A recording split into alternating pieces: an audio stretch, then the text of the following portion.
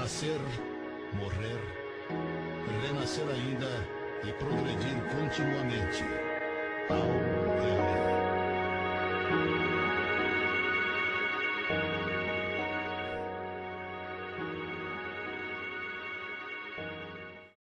Bem, amigos ouvintes do programa radiofônico A Voz do Espiritismo e também os amigos do site avozdoespiritismo.com.br. Nos últimos final de semana em Araçatuba, dias 5 e 6, Araçatuba esteve em festa, uma festa maravilhosa no Teatro Taticoque, quando contamos com a presença, a participação de oradores e também cantores e cantora a Paula Zamp, né, também o Sérgio Sanz e a Marlene, muita música, muita alegria, e as participações de John Harley, também o Geraldo Lemos Neto, como divulgamos muito aqui na rádio durante esses dias todos, né? O Adelino da Silveira e também o Carlos Bacelli. Nós temos a alegria de estarmos aqui ao lado, né, de Geraldo Lemos Neto e também do John Harley para bater um papo, né, principalmente sobre quem? O grande homenageado, né? O Cisco de Deus. Vamos ouvir então primeiramente os cumprimentos do Geraldo Lemos Neto. Olá, Nelson, é uma alegria voltar aqui ao seu programa, A Voz do Espiritismo, e mais alegres com o evento que toma conta de Araçatuba, o projeto Revivecer Chico Xavier. Muito bem, agora os cumprimentos do John Harley. Bom dia, parabéns aí aos idealizadores do projeto Revivecer, uma alegria muito grande aqui na cidade de Araçatuba, espero que tudo transcorra da melhor maneira possível. Um abraço a todos. Também contamos com a participação de um dos dirigentes da instituição Nosso Lar de Araçatuba, o Walter Perry Cefali Júnior. Júnior, como é muito conhecido na nossa cidade e toda a região. Júnior. É um prazer receber o John Harley e o Geraldinho para que possam engrandecer esse projeto que para nós é uma alegria.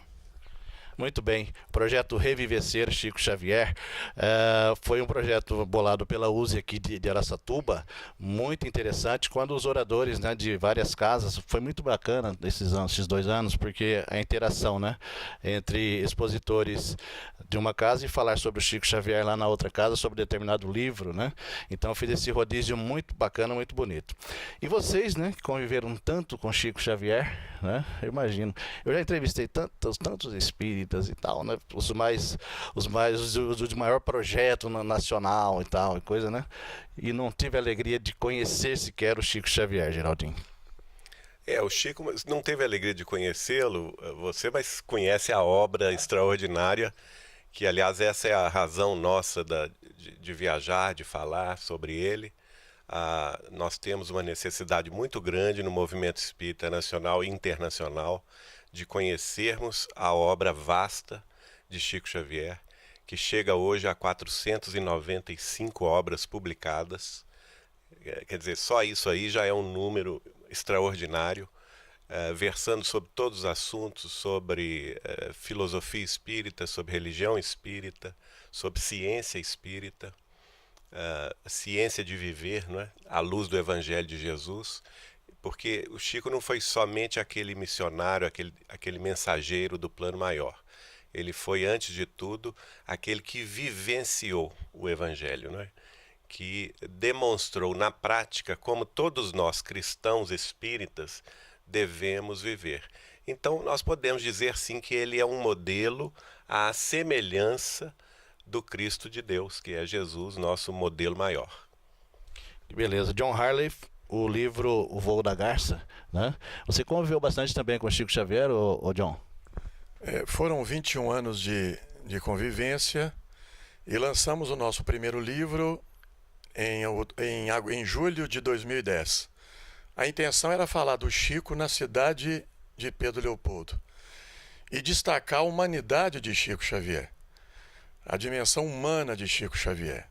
Sendo tão humano quanto nós, esse homem deu tanto sentido à sua humanidade que parecia uma criatura muito especial. Eu diria, parafraseando o biógrafo berabense Carlos Antônio Bacelli, que Chico Xavier não foi um anjo exercendo o papel de um homem. Ele foi um homem do mundo e no mundo exercendo o papel de um anjo. Que beleza. Ô Júnior, nós estamos fazendo essa gravação na residência do Júnior, né? E o Júnior, além de ser um profundo estudioso da doutrina espírita, né? É um formador de ideias. A gente aqui na cidade, a gente sabe disso, tantos frequentadores da instituição Nosso Lar, as palestras que o Júnior faz, os estudos que ele organiza. E agora eles estão hospedados aqui na casa do Júnior. Bate-papo aqui em off, aqui muito grande, né, Júnior? O que você tem que perguntar para eles, Júnior? Eu tenho que agradecer a presença deles, porque na verdade é uma bênção recebê-los, porque eles trazem muitas histórias verídicas, vividas, do homem, do médium e do apóstolo do Cristo, porque na verdade o Chico foi um apóstolo do Cristo que nos mostra parâmetros que não são dimensionados pela mente humana. Então nós temos a agradecê-los. Na verdade é isso, um agradecimento. Muito bem. Eu acompanho muito o Geraldinho pelo Facebook. Geraldinho, eu compartilho muito, curto muito as suas publicações no Facebook, né? E em relação a Chico Xavier, muitas postagens sobre Chico e também sobre a vida em outros planetas, sobre os ETs, sobre os OVNIs, né, o Geraldinho? Eu acho bacana aquelas matérias que você publica, que você compartilha, né, no Facebook. Nós temos que ter essa visão que na casa do Pai tem muitas moradas, né? E era sempre muito curioso conversar com Chico Xavier sobre esse aspecto. Ele também sempre foi um entusiasta da astrofísica, do universo, né? A gente conversava muito sobre isso. Às vezes pessoas que tinham conhecimento dessa área, né? Astrofísicos ou astrônomos que visitavam Uberaba e iam conversar com ele, era de se ver a alegria com que Chico os recebia, e naturalmente ele deixava a pessoa falar, expor o seu conhecimento naquela humildade característica que todos nós lhe conhecemos, e a partir de determinado momento era só ele que falava. E aí ele ia falando sobre os mundos, sobre os sistemas estelares, as nebulosas, as galáxias, né, que ele tinha conhecimento existirem, sobre a vida em profusão, porque não é uma novidade, né, a doutrina espírita, um dos seus pilares básicos é a pluralidade dos mundos habitados, definidos por Allan Kardec no Livro dos Espíritos, um dos 14 pilares básicos da doutrina. Então, agora, nós acreditamos o seguinte: falta ao movimento espírita encarar esse assunto mais de frente, estudar esse assunto mais a fundo, como, por exemplo, faz a ufologia, né?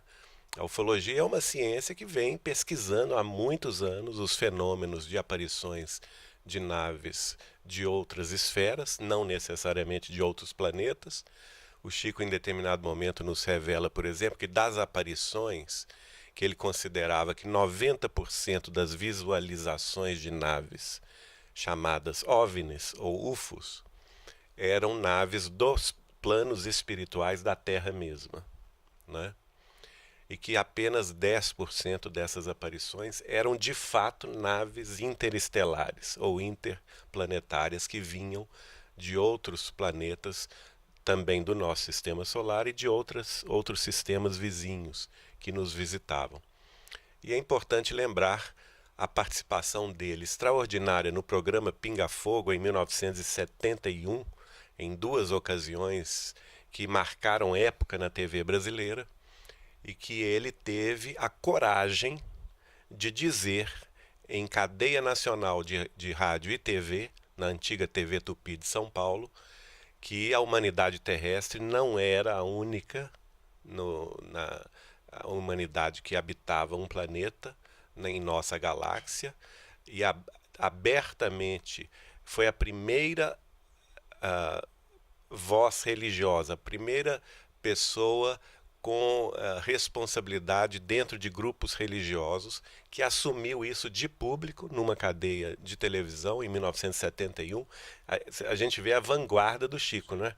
Porque isso aconteceu há mais de 40 anos, né? 45 anos, e ele abertamente dizendo que a partir de determinado momento, se a humanidade, se as nações superpoderosas se suportassem umas às outras, num prazo de 50 anos, ele diz isso no Pinga Fogo, e conseguisse vencer esse prazo em paz, que nós teríamos avanços extraordinários e nós compreenderíamos que nós somos parte de uma grande família universal.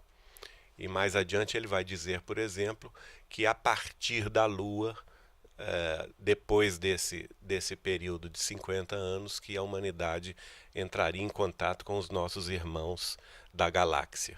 E isso para nós é de suma importância, é muito pouco falado no movimento espírita, eu desejaria que fosse mais estudado, e nós temos informações extraordinárias na obra de Chico Xavier, a começar do segundo livro dele, Cartas de uma Morta, em que a própria mãe de Chico Xavier vai revelar, por exemplo, a vida em Marte, como ela se processa, a vida em Saturno, né? Ela viaja a outro sistema planetário, um livro que foi publicado em 1935. Né? Nós vamos ver o Espírito de Emmanuel tocando no assunto no livro A Caminho da Luz, de 1938, e o extraordinário livro de André Luiz, Evolução em Dois Mundos, em que ele entra detalhadamente sobre a organização do universo, sobre as potências angélicas que dirigem os sistemas, as nebulosas e as galáxias, e aquela comparação extraordinária sobre a Via Láctea como sendo a nossa cidade interestelar. Muito bem. Só para não perder o Jônio quer perguntar. Além do Humberto de Campos também, né, uma mensagem. Agora, eu queria perguntar para o Geraldinho um caso desses 10% de vividos pelo Chico que ele tomou conhecimento. Em determinado momento da minha vida, eu sempre fui um entusiasta disso, sempre desejei ver ETs e tudo, e até aquela ocasião nunca tinha tido nenhum tipo de contato. E eu, sabendo que o Chico era muito amigo dos homens lá de cima, né? Eu fiz uma brincadeira com ele. Chico, pelo amor de Deus, me ajuda aí, conversa com os homens lá em cima. E eu sou doido para ver um disco voador e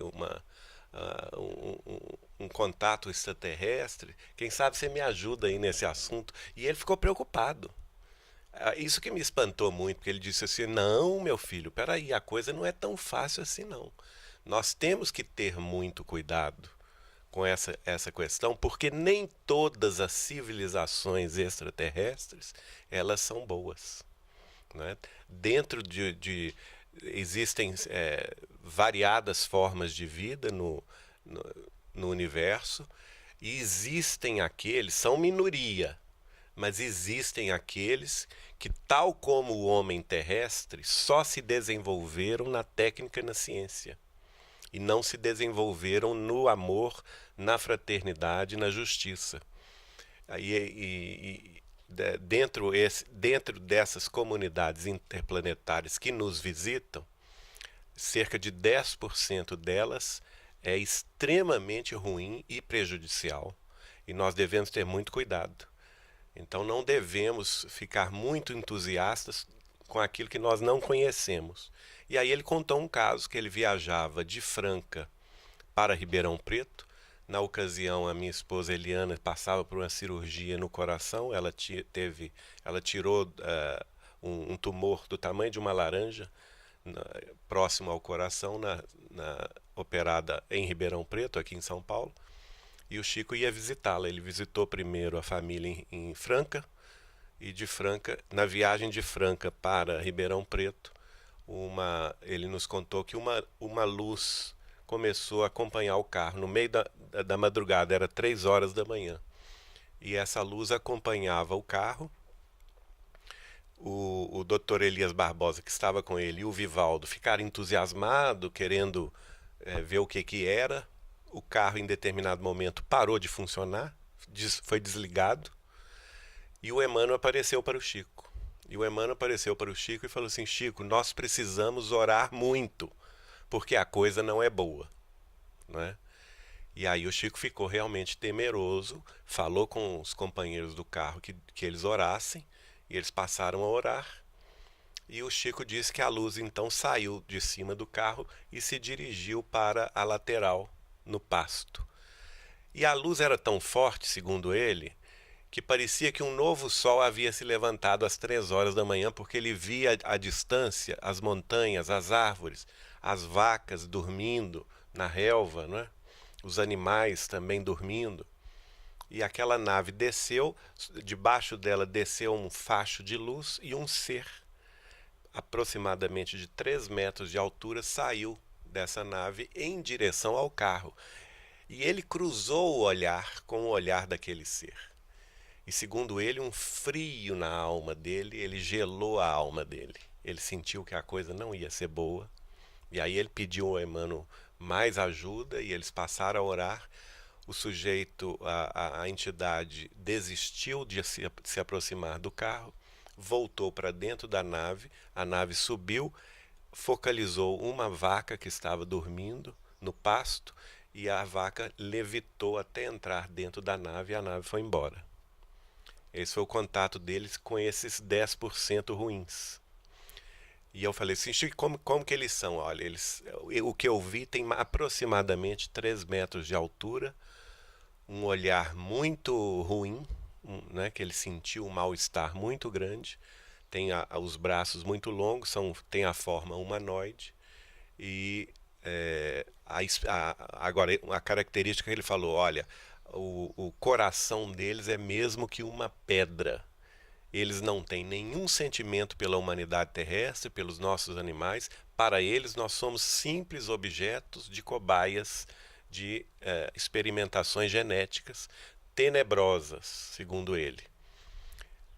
E isso está em de acordo com o que a ufologia tem catalogado, não é? Então isso aí é importante que se diga. Não é uma fantasia do Chico Xavier, não. A ufologia cataloga casos semelhantes a esses. E eu perguntei para eles sobre a outra parte, né? E a outra parte, e os 90% que são bons? Aí ele falou, olha, esses aí são extraordinários, eles trabalham em nome de Jesus para proteger a Terra, são nossos irmãos maiores, a maioria dessas outras raças são bem menores, cerca de 1 metro de altura, tem a cabeça muito grande, os olhos muito amendoados, muito grandes, os olhos deles são capazes de visualizar todos os planos espirituais e materiais ao mesmo tempo, de modo que eles têm um conhecimento, uma capacidade mental extraordinária, também na mediunidade, se comunicam pelo pensamento, não tem sistema excretor como nós temos, toda a alimentação deles é por líquidos, não é? E eles já atingiram o grau de elevação moral, que nós podemos dizer uma elevação que seria comparável, por exemplo, nos planetas felizes.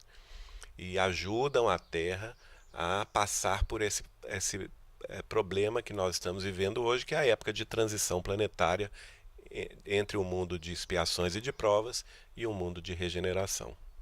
Muito bem. No caso, ele só não prejudica muita gente, esses 10%, devido a esses 90%, então. Exatamente. Existe uma proteção. Uma outra vez também, até o nosso querido Weimar Muniz de Oliveira e Dona Creuza, sua esposa de Goiânia, também participaram de uma dessas conversas com Chico, lá em Uberaba. O Chico nos relatava, por exemplo, que ele, em determinado dia, foi convidado, o Emmanuel falou com ele, que ele foi convidado para ir ao planeta Saturno, estar com um comandante-geral da frota que defende o sistema solar contra invasões. E ele se dirigiu em espírito a nave principal, que segundo ele está estacionada numa das luas de Saturno, e foi conversar com o seu comandante. E o comandante dessa nave, segundo ele, obedece ordens do Cristo do sistema solar. Ele é um assessor direto do Cristo que dirige os destinos de todo o sistema solar. E eles se estacionam em Saturno para defender o sistema de invasões. Aí eu perguntei a ele, mas como que acontece, por exemplo, essas rapturas, né? Chamadas abduções de homens e animais, que eles mutilam animais e homens também, casos em que eles maltratam. Por exemplo, tem um caso clássico aí na ufologia que ocorreu no estado do Pará, em que uma população de uma cidade inteira foi maltratada por eles, e a aeronáutica brasileira interferiu e chegou inclusive a documentar tudo, o caso Prato, né? E eu perguntei, mas por que eles conseguem? Aí o Chico me respondeu, e por acaso a humanidade terrestre tem moral para reclamar? Quando foi dada à humanidade terrestre a tutela dos nossos irmãos animais, e o que nós fazemos com eles? Nós somos verdadeiros vampiros dos nossos irmãos menores animais, consumindo-os em nossas mesas com requintes de crueldade, não é? Então a humanidade terrestre também não tem moral para reclamar sobre essas abduções. Muito bem, só para concluir aqui a sua primeira parte, uma coisa que eu não entendi muito bem. Você disse que Chico afirmou que nem todos são extraterrestres, ou seria outra galáxia, ou que muitos que são vistos são espíritos do nosso próprio planeta, desencarnados, e quem os vê tem alguma evidência? Eu não entendi muito bem. Se são de outras galáxias, ou se tem daqui também que as pessoas pensam que são extraterrestres. Não, ele me disse o seguinte, 90% dessas aparições não são extraterrestres. Ele dizia que parte das aparições eram construções do próprio planeta Terra, que são feitas em segredo pelas grandes nações, e também que grande parte das visualizações eram naves, tipo aeróbus de nosso lar, naves do plano espiritual terrestre, né, que faziam transporte de espíritos entre os planos espirituais terrestres e a crosta planetária, e que eram visualizados, às vezes, por médiums que tinham capacidade visual ou mental ou de mediúnica para visualizá-los, né? E também por equipamentos que têm essa capacidade. 90% dos avistamentos conhecidos, segundo ele, não seriam extraterrestres por essa razão. Ou seriam da Terra mesmo, projetos secretos, ou seriam naves do mundo espiritual. E, certa ocasião, ele me disse o seguinte, por exemplo, a cidade de nosso lar está 100 anos na frente na conquista científica do plano terrestre. Então nós temos que imaginar se hoje, em 2015, nós temos aviões, espaçonaves que vão a outros planetas pesquisar, não é? O celular, a internet, tudo isso, a nossa comodidade científica de hoje, se a gente visualizar 100 anos na frente, a gente vai ver onde que eles estão, né? Então, no campo do transporte, da comunicação, eles estão muito mais avançados. Agora, dos 10%, aí é que está, dos 10% dos avistamentos, que são, de fato, naves de outros planetas e de outros sistemas planetários, entre esses 10% que são de fora da Terra, 90% deles são bons, né, são protetores, e apenas uma minoria de 10% é que nos fazem mal. Muito bem, agora entendi. O John Harley, e a sua vivência com Chico, o seu livro, Voo da Garça, Chico Xavier nas Minas Gerais, fala um pouquinho pra gente, John. Bom, o primeiro livro, como eu disse, foi lançado em 2010. O objetivo era falar historicamente do Chico na cidade de Pedro Leopoldo e destacar essa humanidade de Chico Xavier. É o que me chamava a atenção em Chico, né? Muitos procuravam Chico para alguma notícia de familiares, as extraordinárias faculdades mediúnicas do Chico. No meu caso, não. Eu entrei no espiritismo pela curiosidade. Nasci na cidade de Pedro Leopoldo, cresci na cidade ouvindo falar muito em Chico Xavier. Então, meu interesse, eu entrei no espiritismo pela curiosidade, para saber de fato que homem era esse que tanto se falava dele, né? O segundo trabalho, e o que nós vamos apresentar hoje lá no projeto, lá no Cine, é sobre o Chico mais na cidade de Uberaba. Pedro Leopoldo e Uberaba, duas cidades co-irmãs que tiveram o privilégio e a responsabilidade de receber esse apóstolo do amor e da caridade. Na pesquisa, nós catalogamos o Chico transitando pelo estado de Minas Gerais, porque a gente foca no estado, A pesquisa Pedro Leopoldo, a segunda, Minas Gerais como um todo, nós conseguimos catalogar 33 cidades. Naturalmente, ele deve ter transitado em outras, até em função da sua natureza ocupacional. Né? Como funcionário do Ministério da Agricultura, ele participava muito desses parques de exposições. E o lazer do Chico, quando ele ia numa cidade, era ir visitar uma casa espírita, era psicografar uma mensagem. Então, eu acredito que esse número seja muito maior. Talvez com o lançamento da primeira edição, outros companheiros das Minas Gerais estarão indicando lugares onde o Chico, onde essa garça Chico Xavier transitou. Mas eu vou focar especificamente o trabalho mais na cidade de Uberaba. Falar da Comunhão Espírita Cristã, falar do Grupo Espírita da Prece, falar da relação de amizade que ele teve com o médico Valdo Vieira, falar, enfim, do retorno de Emanuel, que foi uma polêmica muito recentemente levantada no movimento, e eu creio que se o Chico estivesse entre nós, seria motivo de muita preocupação, porque ele tinha um profundo respeito pela obra do Espírito Emanuel, né? Então, eu acho que se ele estivesse aqui, dos assuntos todos que são ventilados, esse assunto eu acho que tiraria ele do sério, porque hoje nós conhecemos, mas e as futuras gerações? Então, a gente precisa também dizer desse retorno para garantir, de fato, que a obra de Emanuel ela permaneça límpida, cristalina, né? Através da mediunidade ímpar, né? De Francisco Cândido Xavier. Muito bom. Uma parte do Geraldinho. O John está se referindo aí ao aparecimento de alguns médiuns recebendo o espírito de Emmanuel, não é isso, John? Que isso sim incomodaria bastante o Chico. Aliás, o Chico tinha receio dos vários Emanuéis que surgiram em vida, mas ele também tinha uma preocupação dos Emanuéis que surgiriam depois da sua morte. E o que nos chama a atenção, inclusive chamou a atenção da companheira Nina Galves, de São Paulo, o que nos assusta é como médiuns e instituições, muitas vezes reforçados por algumas instituições, mantêm esse discurso, né, sustentando a presença de supostos Emanuéis, que muitas vezes poderia colocar em risco a obra ímpar de Emanuel através do nosso amigo, benfeitor e companheiro Chico Xavier. E por isso mesmo eu acho que ele se preocupando com isso, a partir de 1973, a primeira vez que ele fala isso da reencarnação de Emmanuel foi em 1973, em setembro, num programa da TV Record de São Paulo com Hebe Camargo.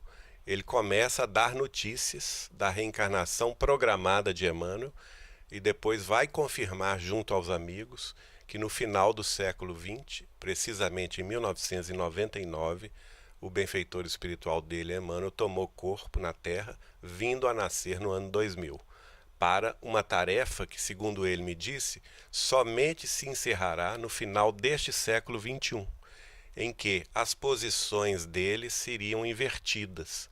Emmanuel na Terra seria médium de psicografia e Chico Xavier em espírito será o mentor e guia, aquele que vai escrever através de Emmanuel, porque a tarefa deles com o Evangelho de Jesus renovado na doutrina espírita no Brasil tinha esse período de 2 séculos, unindo o século XX e o século XXI.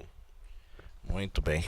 Júnior? Eu queria saber do John Harley a respeito desses problemas emocionais que ele tanto aborda, que ele gosta, para que ele enfocasse alguma coisa nesse sentido, que ele tem percebido na convivência com espíritas, pessoas que vão buscar um apoio, um conforto e uma orientação. O Chico tinha uma frase, Júnior, muito interessante, que eu tento de alguma forma entendê-la e vivenciá-la. O homem mais feliz é aquele que tem menos necessidades. Segundo Chico Xavier, nessa sua afirmação, nós sofremos mais pelo excesso do que pela falta. Mais pelo excesso do que pela falta. E muitas vezes nós não abrimos mão dessa nossa maneira de pensar. Nós admiramos o conhecimento da vida superior, admiramos o conhecimento doutrinário, mas queremos continuar sendo como somos e o que somos. Quando isso acontece, é o que nós conversamos ontem, a vida costuma conspirar em nosso favor. Aí vem uma boa crise. Quem já passou por uma boa crise vai entender o que eu estou querendo dizer. A crise, ela acontece em nossas vidas para nos tirar da zona de conforto e abrir outras possibilidades de crescimento. E a crise é assustadora. Quem passa pelo momento de uma boa crise é muito assustador. Nós estamos vendo hoje a crise de pânico, muito comum, a depressão, né, também muito comum, que são sintomas para nós da psicologia. Isso não é doença, isso é um sintoma. O que causa? Qual que é o elemento gerador? Será que a gente está preocupando com alguma coisa que não seja essencial? Então, alimentos de rancor, mágoa, ódio, independente do tempo, ele continua agindo sobre nós. E aí construindo pessoas muito sofridas, muito amargas. Eu disse ontem que o Chico, como ele não teve nenhum privilégio, segundo Nena Galves, numa carta que ele endereçou à companheira Nena, ele entrou num quadro de depressão. Durante 8 meses. Nós estamos falando de uma referência para todos nós espíritas e não espíritas. O maior brasileiro de todos os tempos. O mineiro do século. Quer dizer, sem privilégio nenhum, esse homem foi submetido a um processo de tristeza profunda. Agora, a fé no Cristo, a fidelidade a Jesus era tão grande que esse homem se transformou num completista. Ele fez além do que havia sido programado. Mas isso com muito suor, com muito sacrifício, com muita luta. Por isso, 75 anos de dedicação integral ao Cristo.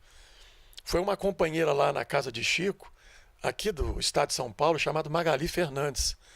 Ela lançou uma obra que se transformou, foi uma tese de doutorado, se transformou numa obra intitulada Chico Xavier, um herói. Chico Xavier, um herói brasileiro no universo da edição popular. Perguntei para ela, Magali, o que te chamou a atenção em Francisco Cândido Xavier?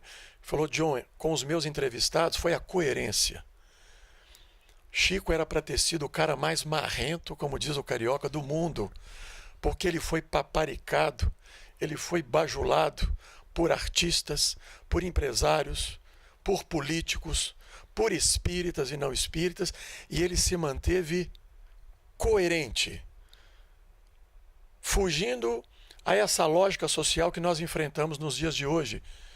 Cada um por si, Deus por todos, salve-se quem puder, ou a mais recente. Você sabe com quem você está falando?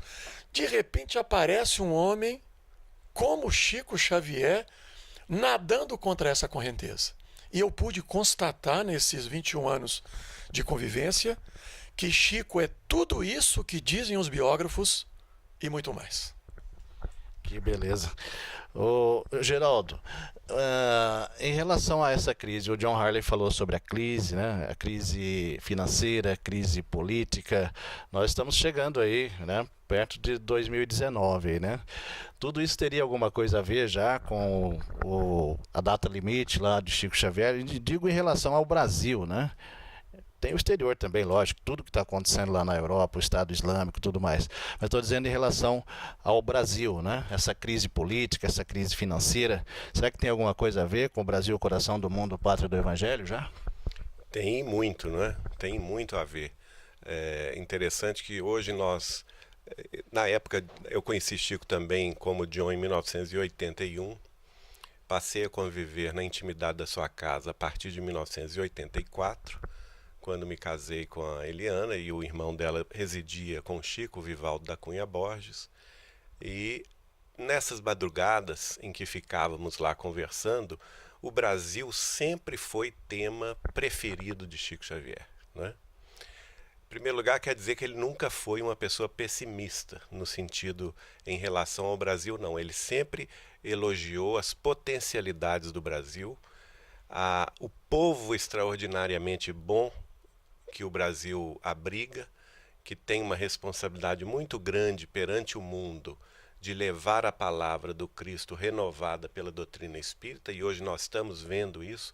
Hoje, na América do Norte, na Europa, o espiritismo tem crescido a passos largos. muito a partir deste século XXI, com a versão das obras de André Luiz e de Emmanuel para suas línguas pátrias, né? Hoje nós temos quase, a obra de Chico hoje já foi transcrita ou versada a mais de 30 idiomas. Então isso está favorecendo bastante o crescimento do espiritismo lá fora. E a mensagem espírita, ela é muito clara. Ela não começou com Chico Xavier, ela começou com Allan Kardec. Allan Kardec, no livro A Gênese, ele aborda a questão da progressão dos mundos.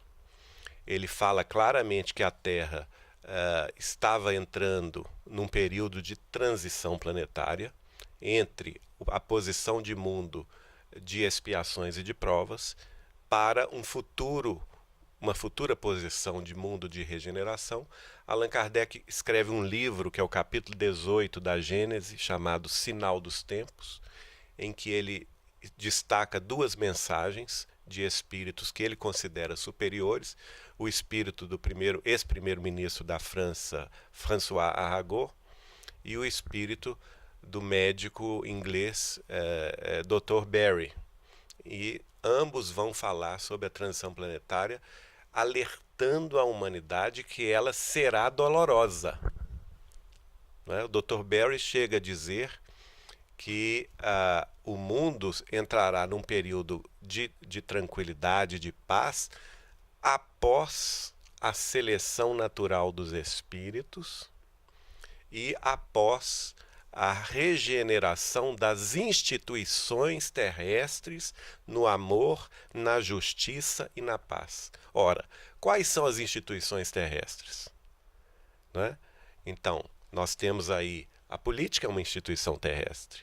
Nós temos a ciência, a medicina é uma instituição terrestre.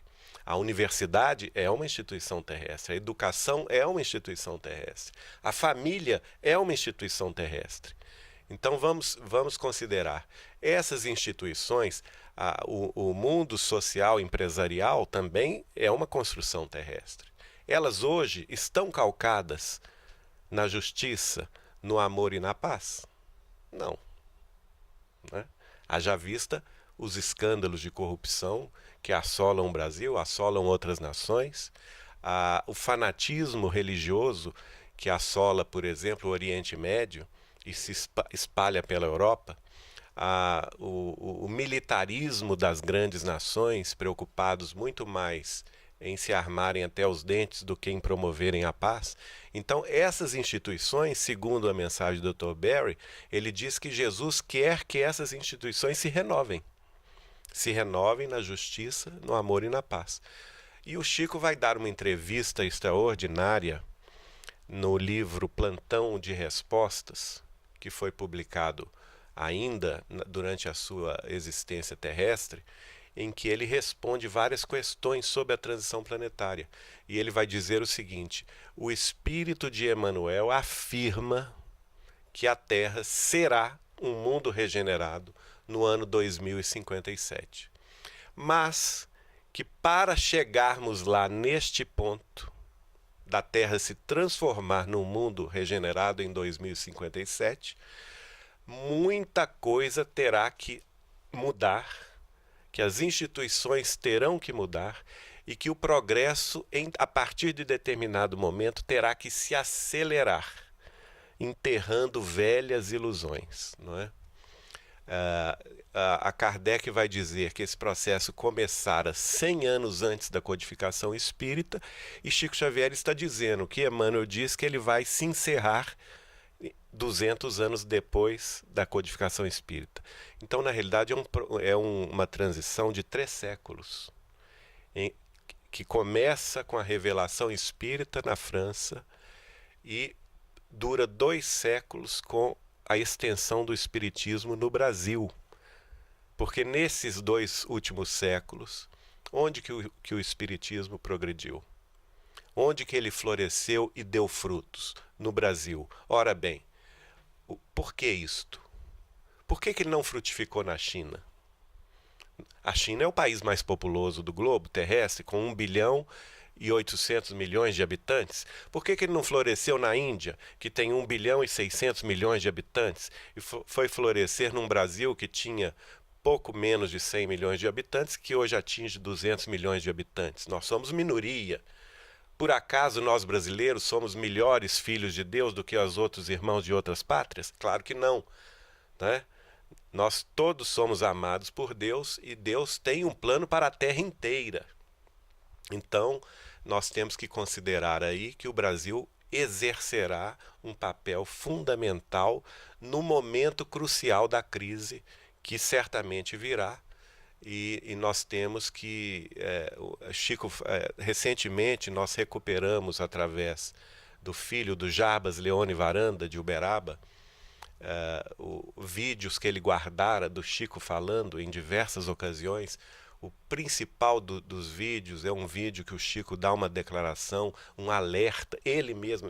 Temos o Chico Xavier gravado falando no grupo Perseverança de São Paulo sobre essa questão, que o Brasil precisaria se preparar muitíssimo, porque em determinado momento, talvez no futuro próximo, nós seríamos chamados a abrigar imigrantes de outras plagas do planeta Terra que viriam em massa, e nós seríamos chamados a exemplificar o Evangelho de Jesus que temos aprendido com a doutrina dos Espíritos, porque o Brasil não é somente a pátria do Evangelho espírita, não. É a maior nação espírita do mundo, é a maior nação católica do mundo, está se tornando uma das maiores nações protestantes do mundo. Isso não é ao acaso, isso responde a um plano espiritual superior, né? O Evangelho faz parte do nosso cotidiano brasileiro. Isso é um plano superior para quê? Para que em determinado momento nós acolhamos a humanidade terrestre sofredora, tendo em vista a crise que certamente virá, que é a crise da transformação da Terra de um mundo de expiações e de provas para um mundo de regeneração. Júnior. Eu queria perguntar a eles a respeito da obra de André Luiz. O que eles acham que isso complementou a obra kardeciana? Em que aspectos ela foi enriquecedora? Quer falar? Eu queria abordar a questão anterior que o Geraldo estava dizendo, se vocês me permitirem. Eles me perguntam o seguinte: qual que é o maior legado de Chico Xavier? Qual que é o maior legado de Chico Xavier? Olha, das pessoas que eu conheci, talvez foi a única que conseguia perceber o outro, como ele de fato era. Chico tinha uma qualidade, uma virtude pouco considerada e extremamente essencial para o nosso movimento espírita, que chama-se respeito pelas diferenças. Lidamos muito mal. O amai-vos uns aos outros, eu confesso a vocês que eu não sei o que é isso. Como Chico entendia, não, sentia isso. É mais do que o saber, é isso, vivia. Nós contamos um caso ontem, se vocês nos permitirem, rápido, e isso está na minha memória, para tentar entender. Isso para mim que é essencial em Chico Xavier. Porque esse mundo de regeneração parte pelos 2 maiores mandamentos: amar a Deus acima de todas as coisas e o próximo. Para amar a Deus é preciso amar o próximo. Para amar o próximo é preciso nos amarmos. E tem uma frase de uma psicanalista americana chamada Beth Miller, que ela coloca o seguinte: a condição para amar é amar-se. Quem se ama não corre o risco de ser maltratado por ninguém. A condição para amar é amar-se. E quem se ama não corre o risco. Então ninguém me fará feliz ou infeliz sem o meu consentimento. E aí eu, nas minhas algumas idas lá em Uberaba, e esse é um caso que eu narro inclusive no primeiro trabalho, e comentávamos ontem, porque isso é que está na minha memória, a gente ia lá, o Chico atendendo na sexta e no sábado, aquela fila, aquelas caravanas numerosas, né? Como dizia o Bacelli, onde o Chico ia, o asfalto ia atrás.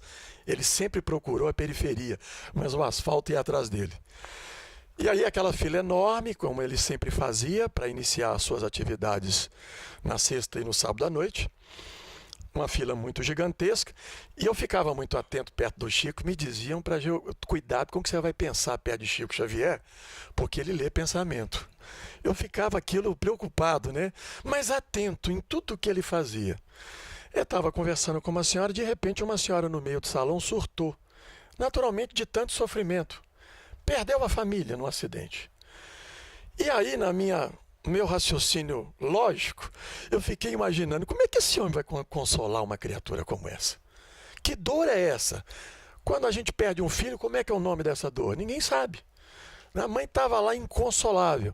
Eu imaginei que o Chico falaria esses jargões clássicos. Porque nós espíritas, pimenta no olho do outro é refresco, né? É muita fé, muita paciência, não cai, é assim mesmo, não cai uma folha senão que Deus queira, Deus não coloca fardos em ombros que não podem suportar. Sabe o que o inacreditável ser humano Chico Xavier fez? Achei que ele falaria, não falou nada. Se levantou, caminhou em direção à mulher, se abraçaram os dois e choraram publicamente. Juntos, abraçados. A interrogação na minha cabeça, eu falei, que é isso? Que homem é esse que é capaz de sensibilizar pela dor de alguém que ele nunca viu? Ele não conhecia essa senhora. Ele resolveu o problema dela? Não, continuavam desencarnados. Mas ele passou um componente para essa mulher, através do olhar dela eu pude perceber. Resolveu o problema? Não. Mas esse homem, alguém sempre me diz, mas é o amor. Eu pergunto, o que é o amor? Ele a pacificou, né? Mas o que é o amor?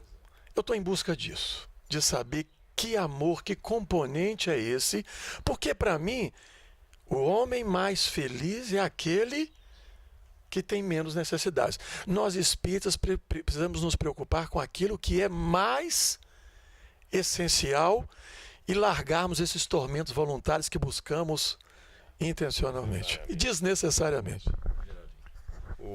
Agora, voltando à questão de André Luiz, é importante o seguinte, Allan Kardec iniciou a codificação da doutrina espírita e ele mesmo avisou o seguinte, avisou que a doutrina espírita deveria ser progressiva, que ela deveria acompanhar o desenvolvimento da humanidade e, em especial, o desenvolvimento da ciência dos homens. E naquilo que a ciência dos homens identificasse que estava incorreto, ela deveria se reajustar e seguir com a ciência dos homens. A noção sobre a mediunidade, sem dúvida nenhuma que o livro dos médiuns foi o primeiro grande tratado sobre a mediunidade, e o livro O Céu e o Inferno foi o primeiro grande tratado sobre a vida além túmulo. Mas não foi o único, não é? Nós acreditamos que Chico Xavier dá continuidade à obra de Allan Kardec, sendo o mesmo espírito reencarnado, conforme promessa do Espírito da Verdade, e ele nessa vida de 75 anos dedicados à doutrina espírita, dos 92 anos que ele vive na Terra, ele vai descortinar, desdobrando o tratado sobre a mediunidade e sobre a vida além túmulo através da obra de André Luiz. Quer dizer, a obra de André Luiz nós podemos, sem dúvida nenhuma, classificá-la como um tratado espiritual, científico, da mediunidade, do relacionamento dos espíritos com os homens na Terra, da influência dos espíritos na vida humana terrestre e da organização da vida além túmulo. Então ele vai aprofundar este conhecimento que em Allan Kardec era um conhecimento da observação daquele que foi o codificador, selecionando as comunicações espíritas, fazendo delas uma peneira para extrair a verdade e estudando essas comunicações espíritas. Então a gente pode dizer o seguinte, a obra de Allan Kardec, apesar de ser uma observação dos comunicados espíritas, é uma obra humana, no sentido de da pesquisa do homem Allan Kardec, o filósofo Allan Kardec, o cientista Allan Kardec. E a obra de Chico Xavier é o ponto de vista da própria espiritualidade, que através do fenômeno mediúnico da psicografia se manifestava através do homem médium, Chico Xavier, dando ao mundo o exemplo de como se processa a mediunidade e como se relaciona com o mundo espiritual à luz do Cristo, ele próprio, não é? Que na encarnação anterior veio com a teoria e nesta encarnação veio mostrar a prática. E aí nós vamos ver André Luiz como mensageiro dessa revelação espírita. Então a gente considera o movimento dos amigos de Chico Xavier e sua obra, que começou em 2008 na cidade de Uberaba, e este ano, 2015, terá sua 9ª edição em Goiânia, 2016, desculpe, terá o próximo ano, não é? Já tem a data, dia 27 e 28 de agosto, no Centro de Convenções de Goiânia, em Goiás, onde esperamos 5.000 pessoas, não é? Evento gratuito, como sempre fazemos. Este ano, 2015, tivemos o primeiro encontro internacional em Lisboa, na cidade, no dia 6 de setembro, na Universidade de Lisboa. E um dos pilares básicos desse encontro é o quê? É dizer para o movimento espírita a nossa opinião, que achamos que ela é relevante, que a obra de Chico Xavier não é complementar à doutrina espírita. A obra de Chico Xavier, ela é básica da doutrina espírita. Ela é a continuidade da obra de Allan Kardec e, portanto, ela deve ser considerada básica para a compreensão justa e adequada do Espiritismo no século XXI. Nós temos necessariamente que conhecer e estudar a obra de Chico Xavier. E dentro da obra de Chico Xavier, a obra de André Luiz é este tratado sobre a mediunidade e a influência dos espíritos em nossa vida e a organização da vida no mundo espiritual. Sem essa compreensão, nós não vamos avançar.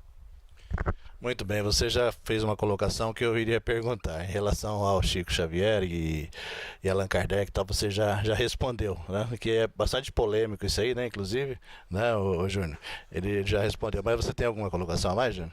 Complementando, perguntando ao Geraldinho e ao João Harley o seguinte: ele sabia ponto por ponto do que ele precisava retificar, o que ele precisava, no caso, a obra de Chico Xavier, porque aonde teve dúvidas, no livro A Gênese, aonde no Evangelho, se Maria era isso e aquilo, está tudo bem especificado posteriormente, não é? Porque a revelação ela é em detalhes, através não somente da obra de André Luiz, mas, por exemplo, Emmanuel. Emmanuel, ele vai fazer um desdobramento, né? Nós podemos dizer que ele tem 2 tipos de ensaios literários. O ensaio doutrinário, que ele começa com o livro do próprio nome Emmanuel, e vai se desdobrar naqueles outros, Rumo Certo, tocando pontos essenciais da doutrina espírita, roteiro, né? Pontos essenciais da doutrina espírita que precisariam ser encarados pelos espíritas, em complementação à obra de Allan Kardec. E ele faz também ensaios extraordinários, ensaios evangélicos, quando ele começa a escrever no Caminho, Verdade e Vida, sobre os trechos, os versículos dos evangelhos e também das cartas dos apóstolos do Apocalipse, não é? Comentando versículo a versículo, que é uma série extraordinária. Então nós temos, e é interessante, por exemplo, nós vamos ver nas comunicações do Espírito de Emmanuel na Fazenda Modelo, no culto do lar da família Joviano, que nós inserimos no livro Deus Conosco, ele próprio começa a escrever Caminho, Verdade e Vida e Pão Nosso por volta de meados da década de 40, 1943, 44.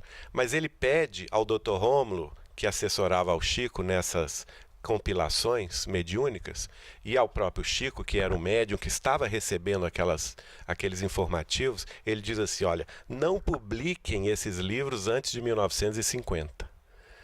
Porque, presentemente, as forças espirituais estão fazendo revisões importantes do conhecimento bíblico e também novas traduções mais fiéis aos originais surgirão a partir do final da década de 40. E, de fato, o que estava acontecendo naquela época? Em 1947, os manuscritos do Mar Morto foram encontrados. Quer dizer, ele antecipa isso. Em 1943, 44, dizendo, olha, não publiquem antes. Esses livros são para serem publicados depois de 1950, quando as traduções do Novo Testamento e da mensagem do Cristo serão mais fiéis aos originais. E, de fato, a partir dali, ele autoriza e surgem essas revisionais aí do Evangelho de Jesus, mais à luz do presente, não é? Dentro das concepções naturalmente espíritas cristãs. Então, é uma obra gigantesca, não é? Que, através de Chico Xavier, vai colocando determinados pontos nos is, sobre a mediunidade, sobre o próprio fenômeno mediúnico, sobre a tarefa na casa espírita, porque Chico Xavier é o primeiro a dar o exemplo da assistência fraternal, como o John aqui falou sobre o amor fraterno, né? Nós não podemos ser... Chico Xavier era frontalmente contra o elitismo no movimento espírita, né? Ele dizia, um determinado dia, ele falou comigo assim, olha, Geraldinho, espiritismo para mim é Jesus de novo para o coração do povo. O que estiver fora disto é conversa fiada. Nos romances do Emmanuel, ele revivendo o que era o cristianismo, para nos dar mostra onde nós precisávamos chegar. Nós podemos até dizer o seguinte, com o conhecimento que nós temos hoje, os romances de Emmanuel não são simplesmente romances históricos. Eles são romances épicos, porque eles dizem respeito a toda a humanidade, e as pesquisas que nossos amigos pesquisadores históricos têm encontrado e têm provado, eles se transformaram numa prova da sobrevivência do espírito após a morte. Por quê? Por exemplo, o nosso querido amigo lá de Belo Horizonte, o pesquisador Marco Paulo de Espírito, ele fez uma pesquisa histórica nos trabalhos de história, trabalhos de doutorado e de mestrado sobre a vida romana, sobre o cotidiano da vida romana, sobre a vida na Judéia e na Galileia, o cotidiano dos judeus, sobre o direito romano, como se processa um julgamento romano, e se processava na época de Jesus, né? Ele é inclusive advogado e hoje pertencente ao Ministério Público Federal em Belo Horizonte, e o Marco Paulo de Espírito encontrou somente na obra Há 2000 anos, prestem bem atenção, a obra Há 2000 anos foi recebida por Chico em 1938, em Pedro Leopoldo, numa cidade do interior de Minas Gerais, que naquela época, se hoje ainda é pequena, né, John? Desculpa a sua presença. Hoje tem o quê? 55 mil habitantes? 65 mil habitantes. Naquela época devia ter 4, 5 mil, né, John? 1938. Era uma cidade minúscula que não tinha biblioteca. A capital do estado de Minas Gerais, Belo Horizonte, que dista 50 quilômetros, naquela época não havia estrada, havia só a via férrea que ligava as duas cidades, e Belo Horizonte não tinha biblioteca pública. Então, Chico transitava entre Pedro Leopoldo e Belo Horizonte. Como que ele ia ter acesso a algum livro histórico? Não tinha. E um detalhe, o que o Marco Paulo pesquisou, todos trabalhos de doutorado e mestrado em história da vida romana e da vida judaica, da época do Cristo, publicados depois do ano 2000. Ou publicados a partir de 1995 nas universidades europeias, nas universidades de Israel, nas universidades norte-americanas, canadenses, japonesas.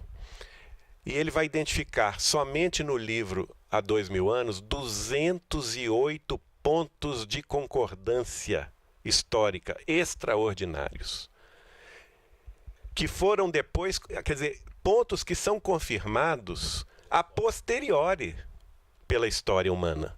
Isso é científico, isso não é uma divagação espírita, isto é científico. Ele pesquisou 208 pontos.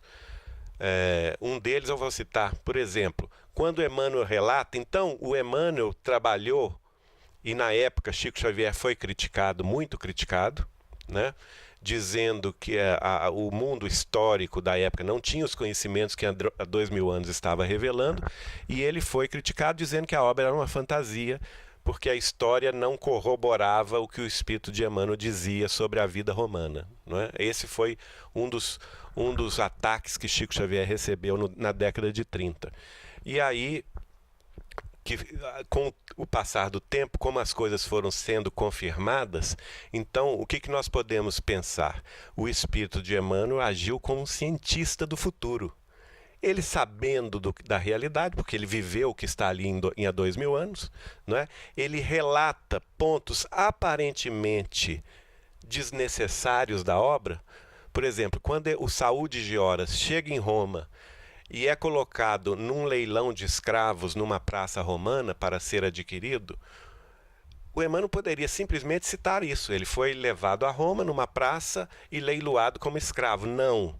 O Emmanuel relata a vestimenta dos escravos, como que eles estavam. Por exemplo, havia aqueles que usavam um algodão na cabeça, haviam aqueles que usavam uma cal no pé, descalço, haviam aqueles que usavam pendentes no pescoço. Ele cita, mas não explica por quê. Né? E o Marco Paulo de Espírito vai, por exemplo, identificar na história o porquê desse tipo de vestimenta. Por exemplo, aquele que era mais voltado à rebeldia, ele usava um algodão na cabeça. Entendeu? Que era o caso, inclusive, do Saúde de Horas. Aquele que era mais produtivo no trabalho, eles pintavam o pé dele de cal. Entendeu? Quer dizer, pontos que vieram a ser confirmados a posteriori, muito depois da psicografia do Chico. O que o Emmanuel quis nos mostrar? A realidade da existência do espírito após a morte, que ele ali não era uma fantasia escrevendo através do Chico, que o Chico não era uma mente fantasiosa, mas que ele estava relatando um passado distante que daí a 60, 70 anos seria confirmado pelas pesquisas históricas. Mesma descrição do Públio Lentulus, né? Do Chico, sobre o Chico, ou sobre o Jesus, desculpa. De Jesus, mas você tocou num ponto interessante que o próprio movimento espírita ficou criticando durante muitos anos, dizendo que a personalidade de Públio Lentulus nunca existiu, né? Que este senador nunca existiu. E recentemente um outro pesquisador histórico também da cidade do Rio de Janeiro, que é o Kaique Assunção, que ele inclusive dirige um grupo de teatro espírita.